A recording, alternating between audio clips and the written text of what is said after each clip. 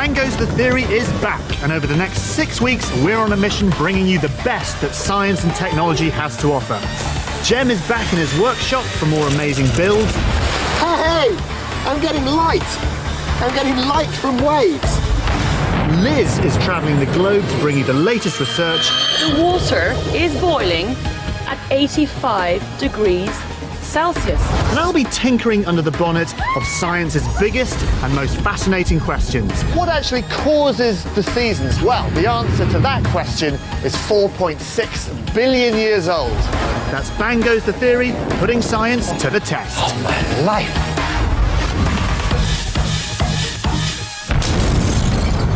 Hello and welcome. It is great to be back. Thank you so much for joining us. We have got an action-packed show for you tonight. We certainly do. Now, you might remember, the Deepwater Horizon oil rig exploded, causing an oil leak a mile below the ocean surface, spilling up to 60,000 barrels of oil into the Gulf of Mexico every day. Now, this is America's worst ever offshore oil leak and biggest environmental disaster. Thousands of square miles of ocean have been affected, causing unimaginable devastation to the Gulf's economy and ecosystem. I traveled to Louisiana to see how the experts are coping there, and in particular, how they're working to save one of the area's most threatened species.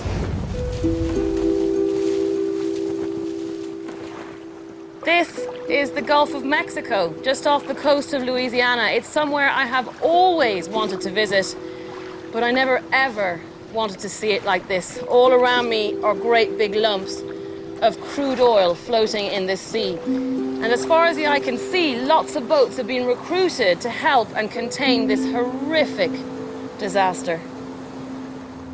Much of the oil came ashore on the islands of the Mississippi River Delta, one of the most important wetland ecosystems in the whole of North America.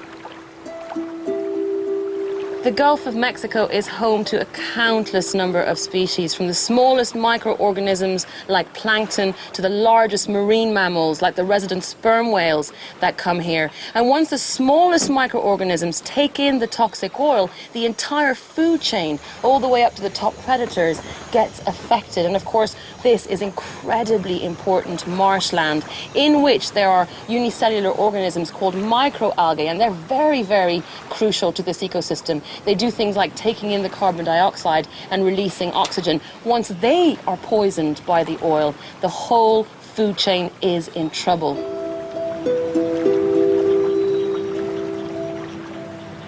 Now, just how oil disasters affect ecosystems and their wildlife depends not only on how much oil is out there, but also what kind of oil it is. Now, in some cases of oil spills, you're talking about refined oil. It's already been turned into diesel or petrol, and it looks like this, and it's incredibly toxic. So the main effect to wildlife is going to be poisoning. But as with the case of this disaster, you're talking about crude oil, stuff that looks like this. It's thick and gloopy and sticky. Unlike refined oil, which despite its toxicity evaporates and breaks down quite quickly, crude oil like this will stick around for years. We've got these sorbent booms, the white ones that are now completely soiled with the oil on the inside, and then these containment booms that are also covered of oil as well. Now, these are designed to protect the really important nesting grounds. For many plants, fish and microorganisms, there really is very little we can do once they're affected. But we can treat some larger species, like birds. Even then, you have to realise that they are only a tiny part of the ecosystem that's under threat, and the success rate is far from certain. A key species is the brown pelican, the emblem of the state of Louisiana. It's only just been taken off the USA's list of endangered species, which is why a massive effort is being made to airlift them from all over the Gulf for treatment at the Fort Jackson Bird Rehabilitation Center. Wow. I didn't actually realize there would be so many pelicans in here. If a bird makes it this far, it's likely it will be suffering from the effects of oil ingestion, hypothermia and malnutrition. Only when they've got their strength back can the process of cleaning begin. So the thing with pelicans which is great is that they have a natural inbuilt handle. So we actually hold the bill and we keep the bill open because they only have very small nostrils, so they breathe that through their mouth a lot. So you've got to clean inside the mouth as well because there's loads of oil in there from the preening process, right? Yes, the pelicans often are getting oiled when they dive into the water to scoop fish up with their pouches. It really is so horrific to see all of these birds under these conditions.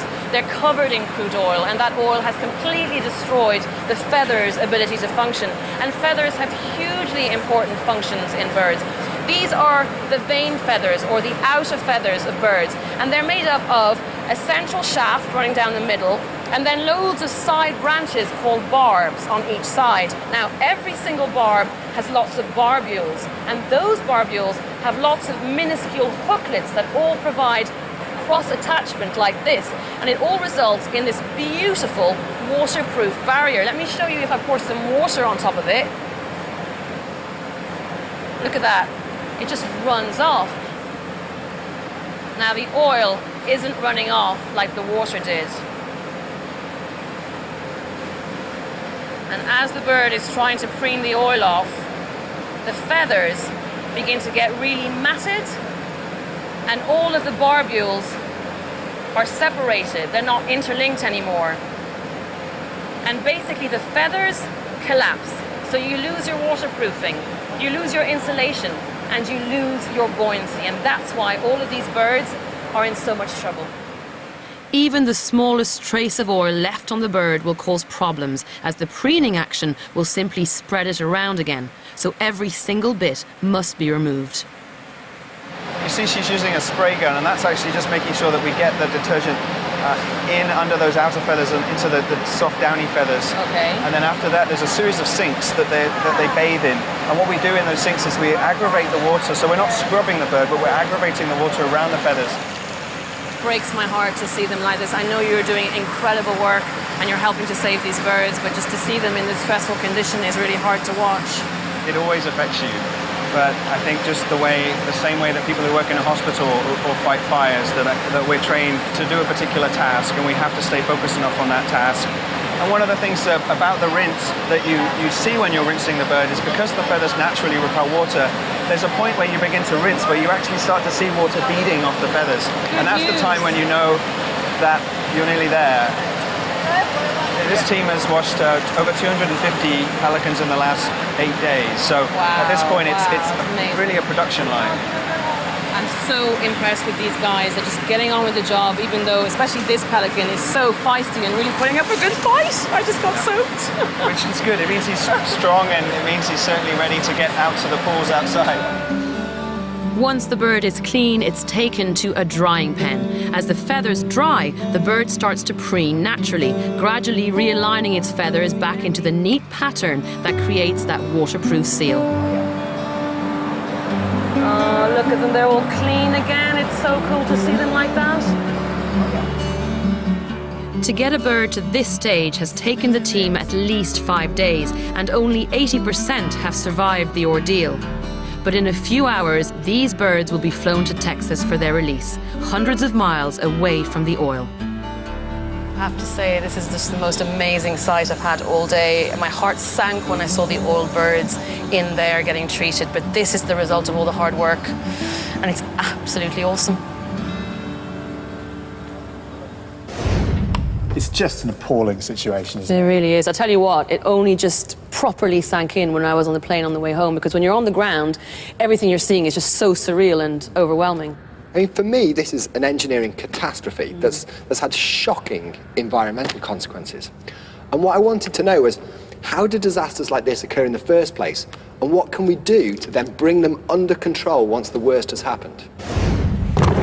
It doesn't matter where you drill for oil. You always hit the same basic problem. Most oil reservoirs are under a vast amount of pressure. So, as you drill down through thousands of feet of rock, you end up with a situation like me drilling into this modified car tyre.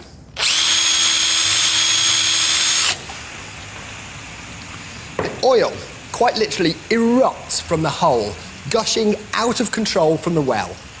But if drilling into an oil reservoir is this hazardous, what on earth do they do to bring it under control? Answer, they use mud, and lots of it. This is probably the most important substance in the oil industry. But to show you how it works, I'm going to need to build an oil well.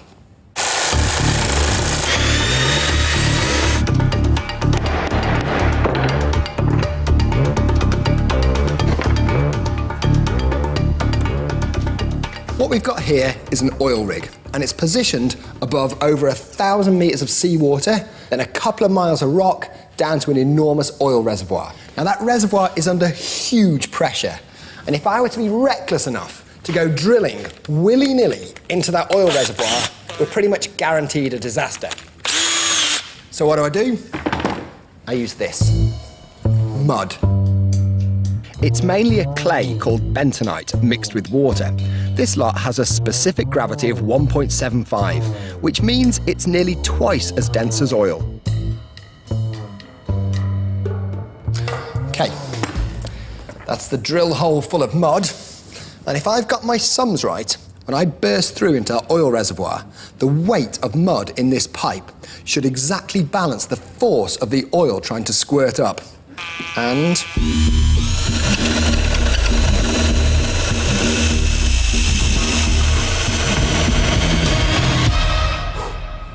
we're definitely through there. I can feel it, but it's balancing. There is no oil coming up, yet the pressure of the oil should be sufficient to squirt it straight out of the top. It's totally being held just by the weight of the mud in the tube. This simple system is what keeps thousands and thousands of oil wells around the world from blowing out. But for whatever reason, this hydrostatic balance, as it's called, was lost on board Deepwater Horizon. Oil and methane burst out of the rig and exploded, killing 11 and causing the biggest oil spill in US history. So what do you do once an oil well like this goes out of control? First thing you try is pumping heavy mud back in there. The idea is to increase the weight of the mud in the tube and fight the enormous pressure of the reservoir pushing oil up. BP tried that in May, it didn't work. The next thing to try is to cap the well. It's like putting a massive steel cork in the top of it. But it is like a massive steel cork, and that's only a temporary measure. The one way to finish the well completely is to drill a relief well. And this is how it's done. A second well is drilled, the so-called relief well. But this one goes down and across through a few thousand metres of rock. Now that is an astonishing engineering feat because you're not only drilling sideways, you're trying to hit something no bigger than a lamppost.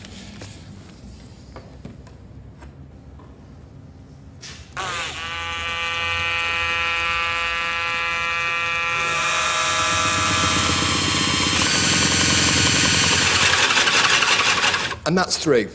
Okay, now what happens is mud is forced down into there, and as it goes into the original well, the oil pushes it up until the original well is full of mud. Then the weight of that mud prevents any more oil escaping the reservoir. And incredibly, in the Gulf of Mexico, that operation has been successful, and they're currently replacing the mud with concrete to kill the well off forever. I've spent most of my life working in engineering, and I still find it almost mind-boggling that they can even attempt these deep water wells. Yeah. We're talking about drilling a hole that's a mile below the ocean surface and then through another 2 miles of solid rock before hitting a high-pressure oil reservoir. Yeah, I mean, it's unknown. Can we sensibly ask if it's going to happen again? For me, that's possibly the best thing that can come out of this, is that there is a leap forward in kind of drilling safety and drilling technology.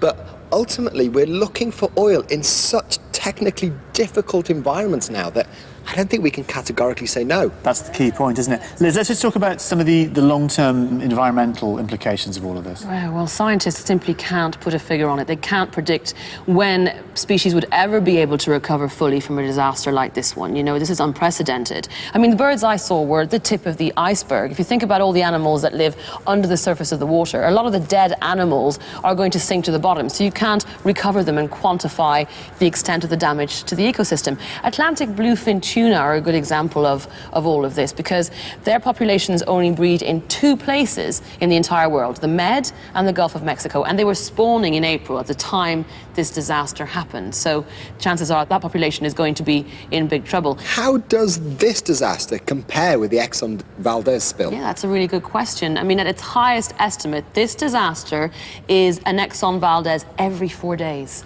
See, that's just scary, isn't it? It's just, really. it's not good. Listen, we're going to have to stop there, otherwise we're going to be talking about this all day. We have to move on. It's been a long, long time since Dr. Yan has graced our screens, and this week he is playing with Russian dolls. Have you tried weighing things before? You only good at just weighing things with your hands? Not really. I tell you what, here, try that. See how much you think that weighs. Yeah, so it depends which hand you hold it in. Yes. A couple of pounds.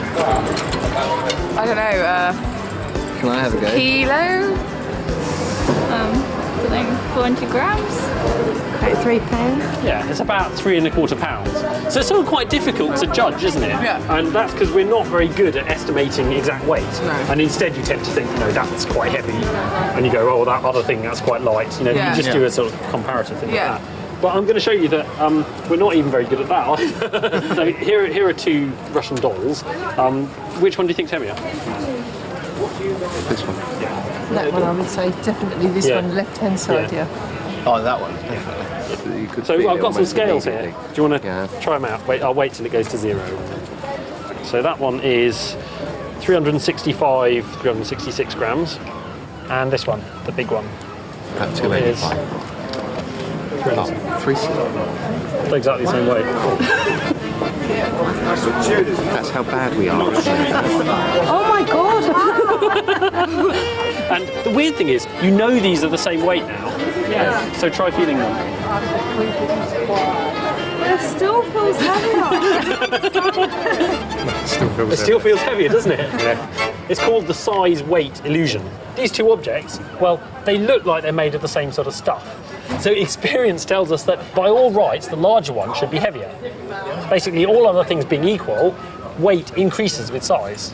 And so when you look at these, you think that's going to be heavy, that one's going to be light.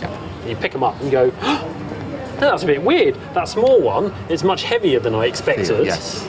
And this big this one, one yeah. is much lighter than I expected. yeah. And you think that means that this one is actually heavier. Yes. And this one's actually lighter. But they're But of approximate. course they're the same weight. Yeah. And it does the same comparison, regardless of whether it's like the 10th time you picked it up or the first time. It does the same sort of thing.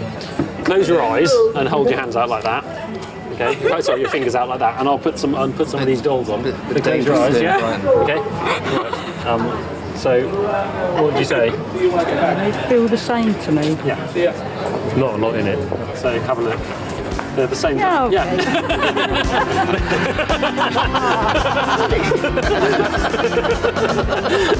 And once you remove all clues about the size, then basically they feel exactly the same. No, sir. Well, there you go. It's cool, isn't it? That is crazy. I don't know. I can't deal with this today. Okay, there you go, Dr. Yan. Scientific satisfaction guaranteed, I think. Always, absolutely. Now, Mr. Campbell, Yep. I seem to remember you promising me a humdinger. Okay, well, how about this? I've recruited a Time Lord, Right. a large aircraft to prove Einstein's theory of relativity special and general. Oh, very impressive. But do you really need a plane? Yep, and a £40,000 clock. So for most of us, the way that we experience time is pretty simple. One thing happens after another. So if there's a picture of me flipping a coin in my living room at this particular moment in time, then there's going to be a picture of me flipping a coin on every television that's tuned into BBC One. Time never flows backwards, nor does it speed up. At least that's what we thought until Albert Einstein came along. And then all of a sudden, time became, well, relative. In 1905, he wrote his special theory of relativity, which said if you travel very fast relative to somebody else, you'll end up younger than them. And to understand what I mean, I want you to come and have a look at my new car.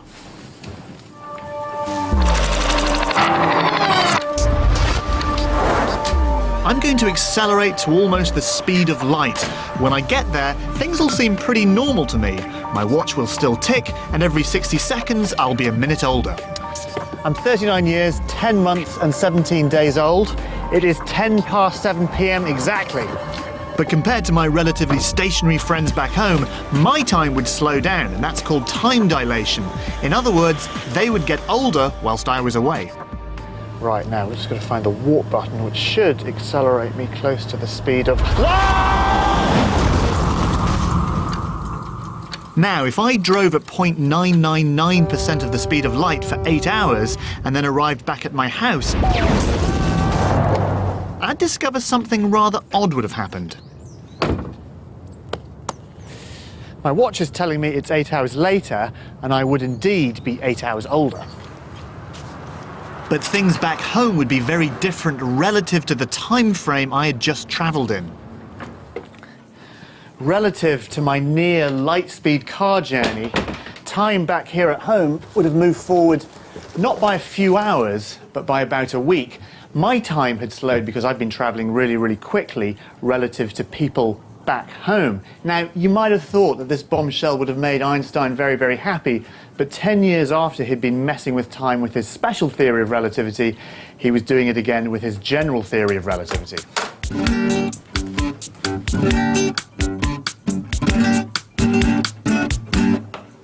This new theory took into account the effect of gravity on time.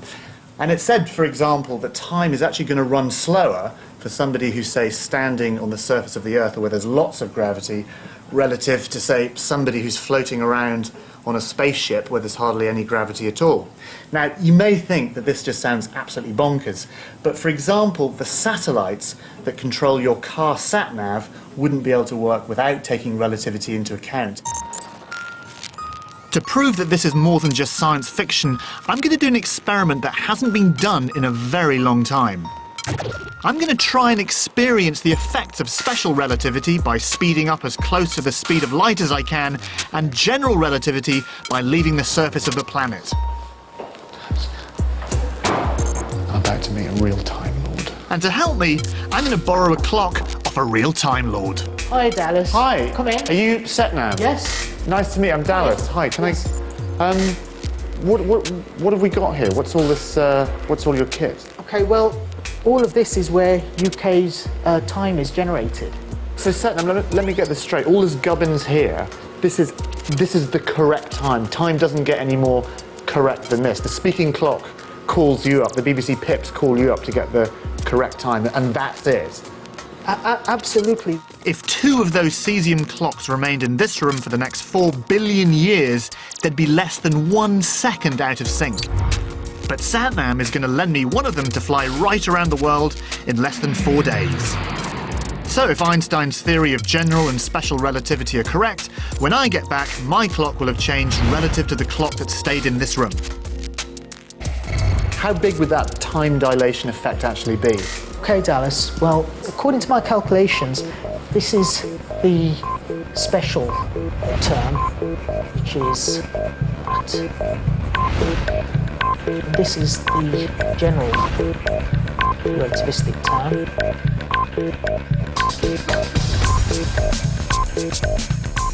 Okay, so special relativity, the faster I go, the slower time is going to go. Yes, relative to the clock left on the ground. Okay, and general relativity, the further away I am from a massive object like a planet, the faster time is going to go. That's right.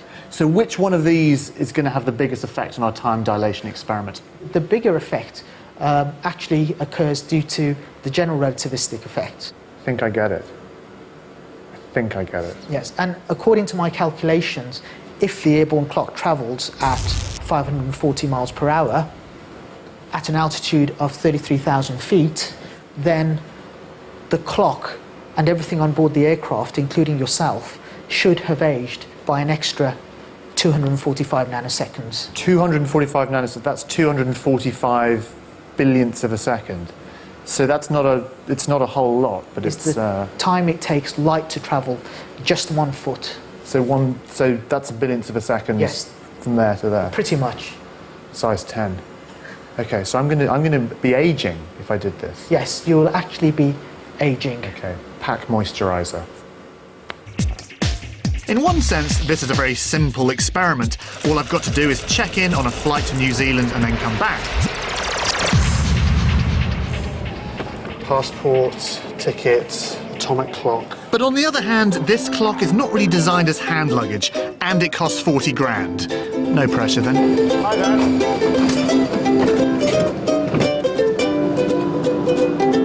Now, if anyone tells you that international air travel is glamorous, try 46 hours on a plane, and despite the excellent service, the boredom soon kicks in.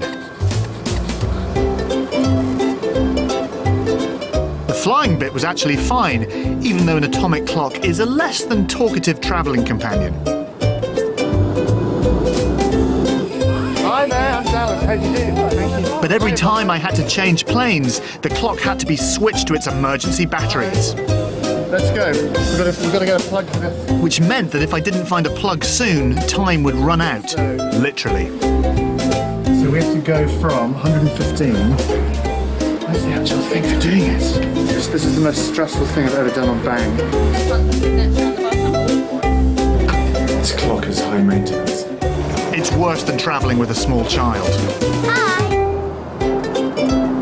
Did you enjoy having the clock on board? Oh, did we ever? And let me tell you that grey, dull Heathrow has never been so welcoming.